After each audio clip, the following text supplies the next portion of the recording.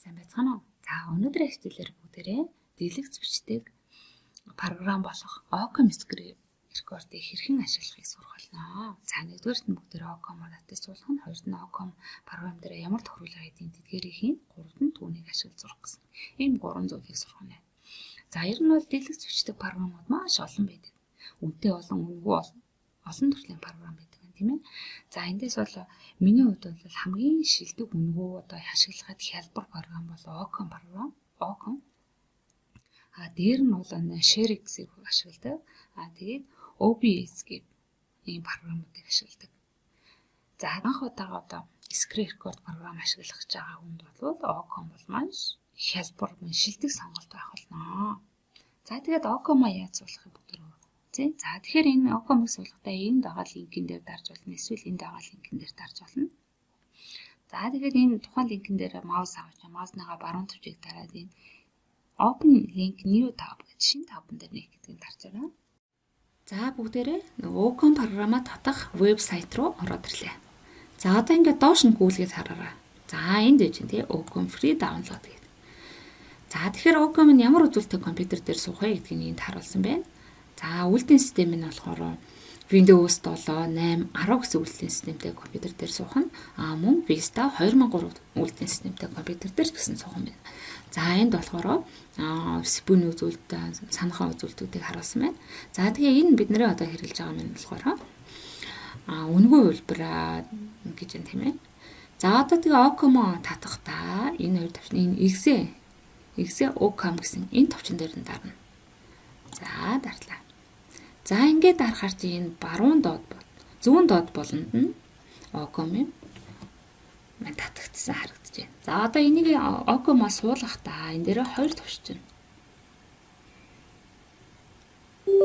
За yes гэсэн төвчийг дарах нь Occam-ыг та суулгах уу гэж байна. За эндээс хэлээ сонгоно. За бид нэр болохоор англи хэл гэсний сонгоод явуулчихна. Тэгээд окей. За энэ upset гэдгийг дээдлийг хансагч тэгээ next. За Occam програмаа суулгасны дараагаар бол таны дэлгэсэн дээр энэ Occam гэсэн ийм shortcut буюу одоо тухайн програмыг хурдан ачаалахад зориулсан ийм дүрс үүсэх ёстой. Хэрвээ ийм дүрс байхгүй тухайн програмаа хэрхэн ачаалахыг мэдэхгүй байгаа бол та хайлтын цонхон дээрээ Occam гэсэн төлөвлөгөөр хайлт хийнгүүт ингээ гаргадаг. Тэгээ энэ дээр нь дарангууд энэ програм ингээ ачаалаа гаргадаг нэ. Ачаална гэхээр нэгднэ гэсэн үг тийм ээ. За тэгээд програмаа нээсний дараагаар тухайн програмын интерфейс маань ийм хэлбэртэй авах нь. За дэлгэцээ бичих мөн тоглоом тоглож байгаа тохиолдолд тоглоомынхаа мөн үйл явцыг бичиж болно. Эсвэл аудио буюу яриа дангаар нь ингэж бичиж болдог байна. За аудио бид нэр ямар тохиолдолд ашиглах вэ гэхээр нөгөө зарим тохиолдолд бид нэр лекцийн материалыг уншаад ингээд оруулах шаардлага гарч магадгүй тийм ээ. Тэр тохиолдолд энэ аудио гэсэн юм ашигланаа. За screen record хийж эхлэхээс өмнө бол хамгийн түрүүнд шалгах зүйл чинь бол энэ дууны сонголт чинь дуугаа ингэж шалгаж өгөх хэрэгтэй. Хэрвээ энд чинь энийг сонгохгүй доотлогыг ингэж сонгочих юм бол одоо энэ record микрофон гэдэг нь ингэж сонгочих юм бол таны дуу бичигдэхгүй зүгээр дүрс нь ингээд дэлгэсэн чинь дүрс ингээд бичигдсэн байдаг. Тэгэхээр хамгийн түрүү нь бол энийг шалгаараа. Тэгээ хэрвээ дууг бичих юм бол дахиад бичих шаардлагатай болно шүү дээ, тийм ээ. За тэгээ дараа нь юу хийх вэ гэхээр дэлгэцийн хэмжээг яг аль хэсгийг бичих юм дэлгэцээ бүтнээр нь бичих юм уу? Эсвэл ийм хэмжээгээр бичих юм уу? Эсвэл одоо select гэхээр аль хэлдэг вэ гэхээр заавал үзүүлээ дөө. Дээр гэхээр энэ улаан гараад ирсэн мод яг ингээд бүтэн ингээд фул ингээд биччихнэ л гэж байгаа. За тэгээд бас өөрөө нөгөө нэг ямар хэмжээгээр бичих үү гэдгийг хэмжээг ингээд оруулаад өгчих бас болдог байгаа. За фул гэдэг. Ер нь бол ихэнхдээ фул гэдгийг дарж сонгоод хэрвээ та энэ дээдлийг одоо жишээ нь энийг зөвхөн хаяг нь бичихгүй гэдэг юм уу энийг ингээд доошоо гэж сонгоод за энэ ажлын мөрд байгаа эднэрийг харуулахгүй зөвхөн энэ хэсгийг бичиж гэдэг юм бол ингээд тохируулаад бичих нэ.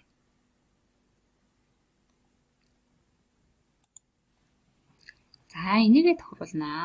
За тэгээд хэрвээ энэ тухайн оюуныхаа зургийг авч байгаа бол шууд энэ зураг гэдгийг дараа. Дарангууд яг энэ тэмдэглэсэн хэсгээр чинь зургийг авчнаа гэсэн үг.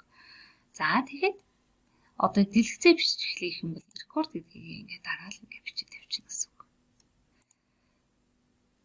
За аудио дээр ч гэсэн адилхан тийм ээ. Саунд дуугаа олоо сонгоно мөн юу вэ?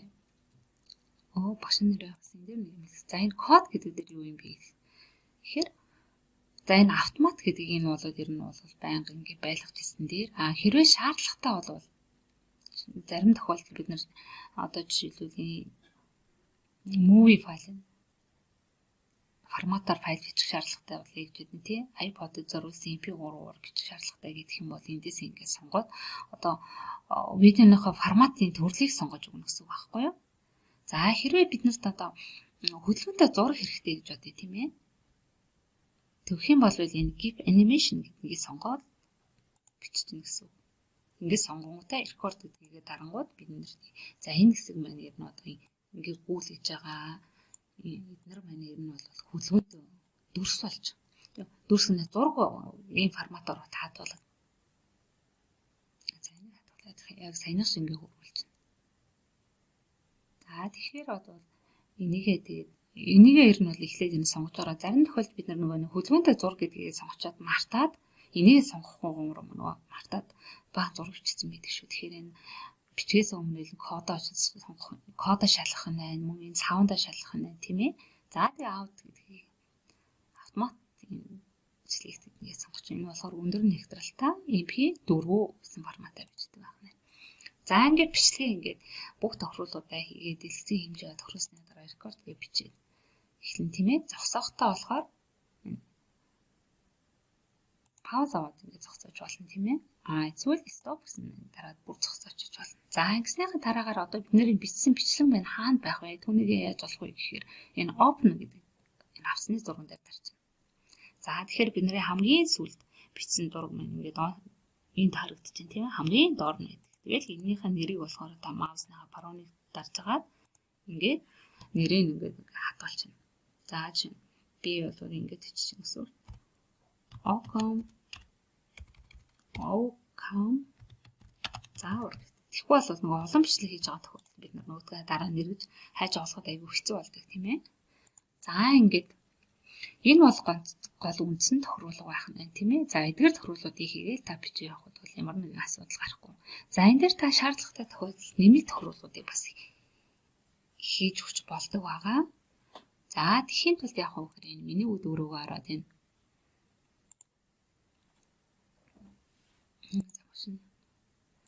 за миний үд өрөөгөө хараад энэ options гэсэн командыг сонгоно.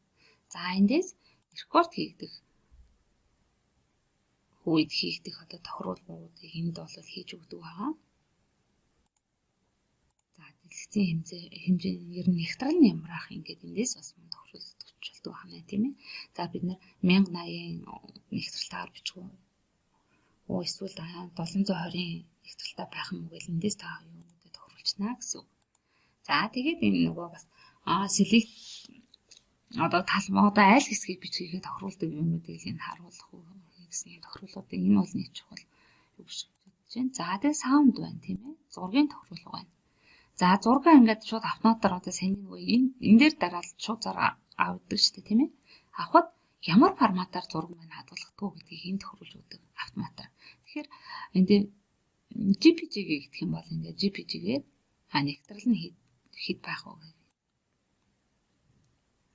гэдгийг тохируулаад ингээд чинь. Ер нь бол гэхдээ веб ч юм уу вебэд ачаал вебэд ер нь одоо веб дээр байршуулж байгаа зургийг бол ер нь PNG гэсэн энэ форматаар бол хадгалдаг байгаа.